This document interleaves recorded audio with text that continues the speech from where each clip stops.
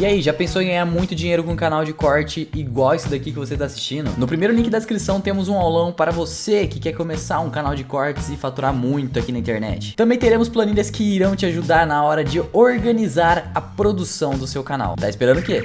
Perdi o contato com ele.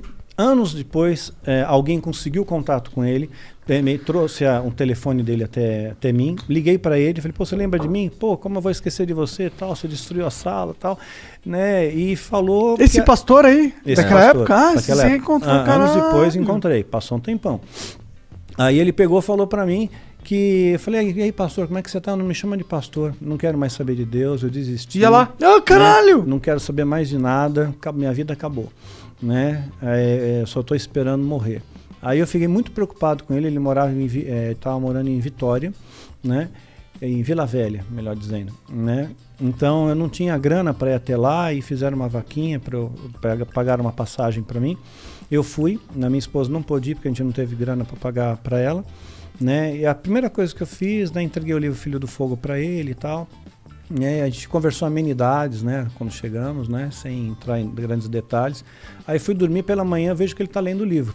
Eu falei, pastor, você está lendo o livro, né, que bom. Eu falei, pô, você me chamou de lontra aqui, né, de leão marinho, né, porque eu coloquei, né, no livro, ele me lembrava o Leôncio. Tá. Né? Então, tinha um bigodão, não? Tinha um bigodão, tinha, né.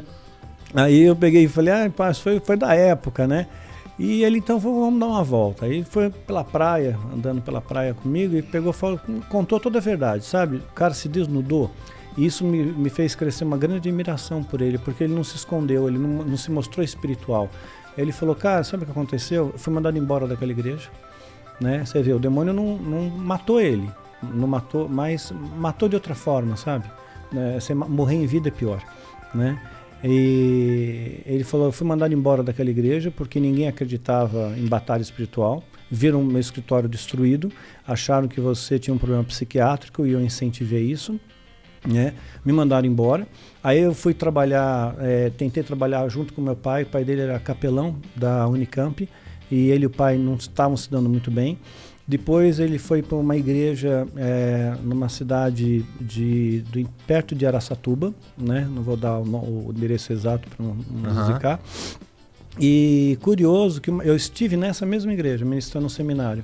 E quando eu postei a foto, eu mostrava a foto, essa aqui é o Zite, mostrava a foto, vi as pessoas chorando. Falei, puxa, que unção que o cara tem, né, meu? Só a foto do cara, o povo já cai no choro aí, né? Já cai no poder, né? Mas não, é porque foi naquela igreja, né, que ele pastoreou, né, o filho dele foi violentado, né, sofreu uma violência ali, por um diácono ainda, né. Caralho. Então, dentro da igreja, né, então ele falou assim, poxa, meu filho sofre uma violência dentro da igreja, né, eu não quero mais ser pastor, não quero ser mais nada. Ele foi então ser representante comercial de calçados, né? E foi para Vila Velha e viajava muito de carro. Aí alguém falou para ele, pô, se você cheirar uma carreira de cocaína, meu, você vai viajar mais tempo, você não vai ter fome, você dirige melhor, você ganha mais dinheiro. Ele começou a usar cocaína, viciou na cocaína. Aí ele começou a comprar cocaína, ele está numa região portuária, ele vai para o porto comprar. No porto está cheio de prostituição. Aí ele começou a sair com prostituta, ele falou que saiu com mais de 300, ele tinha medo de estar até com AIDS. Ele falou, e essa é a minha vida, né? E agora a minha esposa não deixa mais dinheiro comigo, porque se eu tiver dinheiro na minha mão, se eu tiver 10 reais na minha mão, eu vou comprar cocaína, eu vou fazer, e eu não consigo mais chorar, né? Eu sequei por dentro, não acredito mais em Deus, não acredito mais em nada. Eu fiquei chocado com aquilo, né? Eu falei, puxa, não sabia o que dizer, né? E eu falei, mas pastor, foi por causa do que aconteceu. Eu contei para ele do encantamento, do feitiço e tal. Ele não acreditou muito, né? Ele falou assim, não foi não. A igreja mesmo que mandou embora, foi coisa da vida, né? Só que aí quando nós fomos é isso que eu quero te mostrar depois. Quando nós estávamos no aeroporto para ir embora, nós batemos 2 fotos em tempos diferentes. Passou assim uns 15 minutos entre uma foto e outra, né? Então numa eu estou presente, a outra não estou presente. Então tem uma outra pessoa que bateu a foto, né?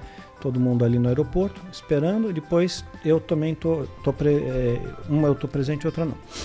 Nas 2 fotos, nesse ato de tempo de 15, na época era a revelação, né? Não era na hora, né?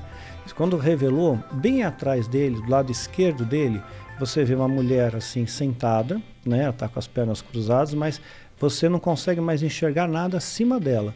E você vê um vulto, né, num formato meio humanoide, assim, bem grande, né, indo quase à altura do teto. Devia ter uns 4 metros de altura se a gente se pautasse pelo tamanho do pilar ali, né? E quando eu revelei aquilo, eu mandei para ele, e aí ele acreditou. Ele acreditou e eu falei, puxa, então foi mesmo, né? Tem alguma coisa atrás de mim que quer acabar comigo. Eu falei, mas já acabou, né? Já acabou, né? Aí eu falei, vem passar um tempo comigo. Eu morava no Vale da Bênção, né, em Araçariguama.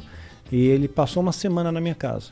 E lá tem uma casinha de oração, tal, né? Tentava levar ele não queria saber de nada, né? Não queria nem falar de Deus, né? Queria falar de outras coisas. Então, chegou um momento que já era o último dia dele, né? Falei, puxa, Deus, faz alguma coisa, né? E quando eu levanto, ele está na varanda de casa, assim, com a Bíblia aberta, sentei do lado dele. Falei, pastor, tá lendo a Bíblia, né?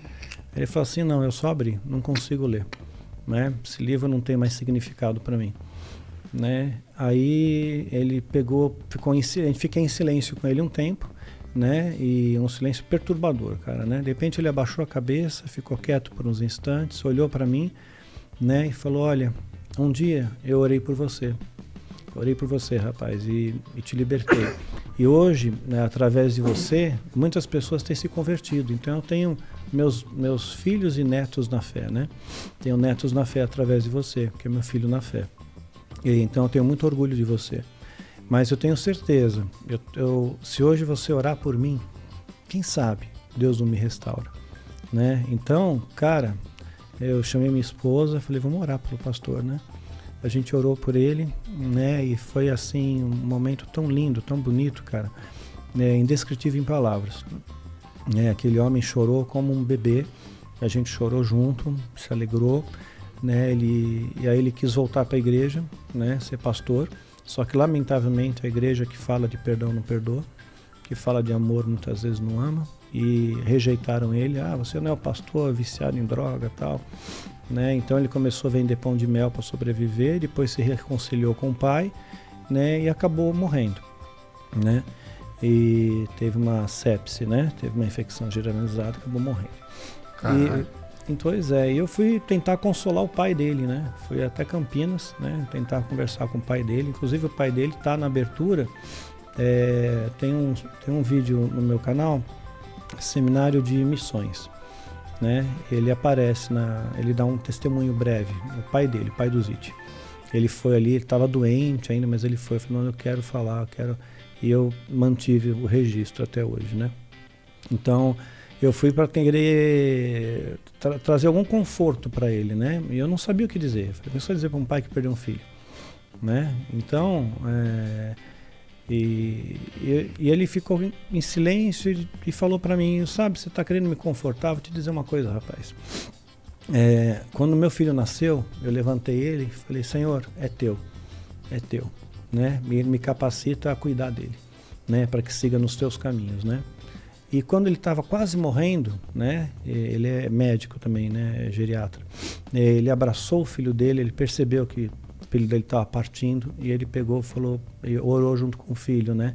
Falou, Deus, olha, um dia o Senhor me entregou ele nas minhas mãos, hoje eu te devolvo, vem das minhas mãos para as tuas mãos, né? Eu te entrego ele de volta. E falou isso sorrindo, com um sorriso no rosto.